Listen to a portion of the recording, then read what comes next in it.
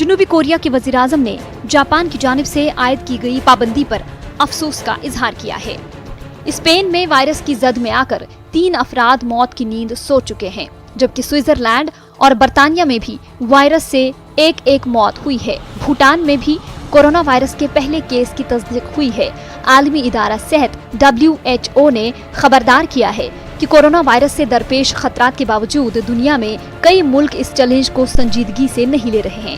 اپنے ایک بیان میں WHO کے سربراہ ٹیڈروس اڈھانم نے عالمی لیڈروں کو متنبہ کیا کہ کورونا وائرس سے متعلق خدشات کوئی معمول کی بات نہیں، بلکہ اس وبا کے اثرات سے ہر امیر اور غریب ملک کو خطرہ ہے۔ عالمی مالیاتی فنڈ IMF کی جانب سے کورونا وائرس سے بچاؤ کے لیے $50 ارب، جبکہ عالمی بینک کی جانب سے $12 ارب امداد کا اعلان کیا گیا ہے۔ Bureau report, news 18 Urdu. تو اب ہندوستان میں بھی کورونا وائرس کی وجہ سے خوف و دہشت کا ماحول ہے۔ ملک میں اب تک 31 معاملوں کی تصدیق ہوئی ہے، جن کی علیحدہ اسپتالوں میں خصوصی نگرانی میں رکھا گیا ہے۔ ہندوستانی وزارت صحت نے کورونا وائرس کے پھیلاؤ کو روکنے اور حالات پر قابو پانے کے لیے کئی اہم اقدامات کیے ہیں۔ آگے بڑھیں گے۔ ترکی اور روس نے شام کے جنگ زدہ صوبہ ادلب میں جنگ بندی کا اعلان کر دیا ہے۔ ترکی کے صدر رجب طیب اردغان اور روس کے صدر ولادیمیر پوتن کے درمیان ماسکو میں ہوئی طویل ملاقات میں سیز فائر کا فیصلہ کیا گیا۔ تاہم جمعے کو سیز فائر کے اعلان کے باوجود ترک فوج نے ادلب میں شامی فوج پر حملہ کیا، جس میں متعدد فوجی ہلاک ہو گئے۔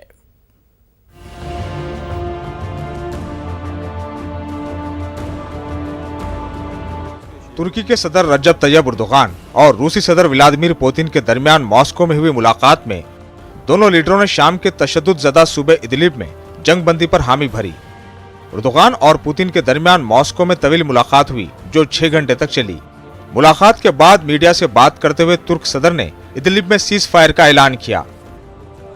ساتھ ہی رجب طیب اردغان نے شام کی بشار الاسد حکومت کو خبردار کیا کہ ترکی نے ادلب میں شامی فوج کو پسپا کرنے کے لیے اپنے ہزاروں فوجی بھیجے ہیں جو خاموش نہیں رہیں گے۔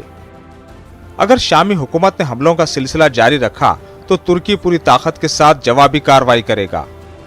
ترک صدر نے یہ بھی کہا کہ دونوں رہنما مہاجرین کی ان کے گھروں کو واپسی میں مدد کے لیے تیار ہیں۔ اس موقع پر روسی صدر نے کہا کہ ہم پر امید ہیں کہ یہ معاہدہ ادلب کے پر امن علاقے میں لڑائی کے خاتمے کے لیے بہتر بنیاد ثابت ہوگا اور عام آدمی کی مشکلات کے خاتمے سمیت بڑھتے ہوئے انسانی بحران کو بھی کم کرے گا۔ ترک اور روسی صدر کے اعلان کے بعد دونوں ممالک کے وزرائے خارجہ نے مشترکہ اعلامیہ جاری کرتے ہوئے کہا کہ دونوں ممالک نے اتفاق کیا کہ محفوظ راستے کو شمال اور جنوب کی طرف 6 کلومیٹر تک توسیع دی جائے گی، اور اس سلسلے میں دونوں ممالک کے وزیر دفاع ایک ہفتے میں پیرامیٹرز پر اتفاق کریں گے۔ دوسری جانب ترکی کی سرکاری خبر رساں ایجنسی کا کہنا ہے کہ ادلب میں سیز فائر کے اعلان کے بعد جمعے کو ترک فورسز نے گزشتہ روز 2 فوجیوں کی ہلاکت کے جواب میں شامی افواج پر 2 میزائل فائر کیے، جس سے 21 شامی فوجی ہلاک ہو گئے۔ واضح ہے کہ گزشتہ سال دسمبر سے ادلب کا کنٹرول حاصل کرنے کے لیے شامی افواج کے حملے جاری ہیں۔ صوبے میں جاری لڑائی سے تقریباً 300 عام شہری ہلاک ہوئے ہیں، جن میں بچوں کی بڑی تعداد شامل ہے، جبکہ صوبے میں ترکی کے ساتھ ملنے والی سرحد پر تقریباً 10 لاکھ افراد بے گھر ہیں۔ ادلب بشار الاسد حکومت کے مخالف شامی عسکریت پسند اپوزیشن اتحاد کا آخری مضبوط گڑھ ہے۔ اس اتحاد کو امریکہ، ترکی اور خلیجی ممالک کی مدد حاصل رہی ہے، جبکہ شامی افواج روس اور ایران کے ساتھ مل کر ادلب پر 8 سالہ قبضہ ختم کرنے کے لیے ان دنوں بھرپور کوششیں کر رہی ہے۔ Bureau report, news 18 Urdu. ادھر شام کے صدر بشار الاسد کا کہنا ہے کہ شام ترکی کو بردبردارانہ اور مخلص قوم سمجھتا ہے۔ بشار الاسد نے روس کی ایک سرکاری اور ملکیت والے نیوز چینل سے بات کرتے ہوئے کہا کہ دونوں ممالک کے عوام کے درمیان کوئی مسئلہ نہیں۔ شامی صدر نے کہا کہ وہ پڑوسی ممالک کے ساتھ پرامن تعلقات کے خواہاں ہیں۔ انہوں نے کہا کہ دونوں ملکوں کے درمیان کشیدگی ترک صدر رجب طیب اردغان کے نظریے کی وجہ سے ہے۔